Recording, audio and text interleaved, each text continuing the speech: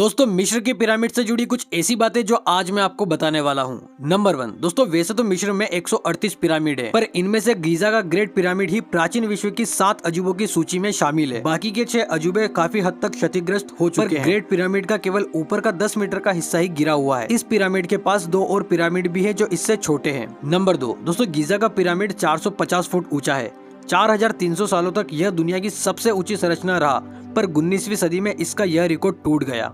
Number 3 दोस्तों, Giza के pyramid को बनाने के लिए लगभग 30 लाख मजदूरों ने 23 साल तक काम किया था। नंबर 4 गीजा के ग्रेट पिरामिड में 23 लाख चूना पत्थरों का प्रयोग किया गया। इन टुकड़ों में से हर एक का वजन 2 से लेकर 30 टन तक रहा। नंबर 5 गीजा के ग्रेट पिरामिड को 2560 ईसा पूर्व मिस्र के शासक खुफू के चौथे वंश द्वारा अपनी कब्र के तौर पर बनाया गया। नंबर 6 ग्रेट पिरामिड को सिर्फ 23 साल में बनाने को लेकर कई तरह के सवाल है। एक पिरामिड वैज्ञानिक ने गणना कर हिसाब लगाया कि यदि केवल 23 वर्षों में बना है तो कई हजार मजदूरों को साल के 365 दिन में हर दिन 10 घंटे काम करना पड़ेगा। 1 घंटे में 30 टुकड़ों को रखना होगा, लेकिन क्या 1 घंटे में 2 से लेकर 30 टन तक के टुकड़ों को रखना संभव था? नंबर 7 क्या आप जानते हैं कि इन पिरामिडों को बनाने की तकनीक के बारे में अब तक कुछ भी पता नहीं चल पाया। कई सालों से इस बात को जानने में लगे हैं, लेकिन कोई सफलता नहीं मिली। नंबर 8 ग्रेट पिरामिड केंद्र में राजा खुफू के शरीर को छोड़कर क्या है, यह अब तक पता नहीं चला। एक फ्रांसीसी वास्तुविद पियरे ने दावा किया कि 4500 साल पहले बने इस पिरामिड के केंद्र में 2 कमरे स्थित हैं। इन कमरों में फर्नीचर लगे हुए हैं जो राजा खुफू के शरीर को रखने के बाद लगाए गए। नंबर 9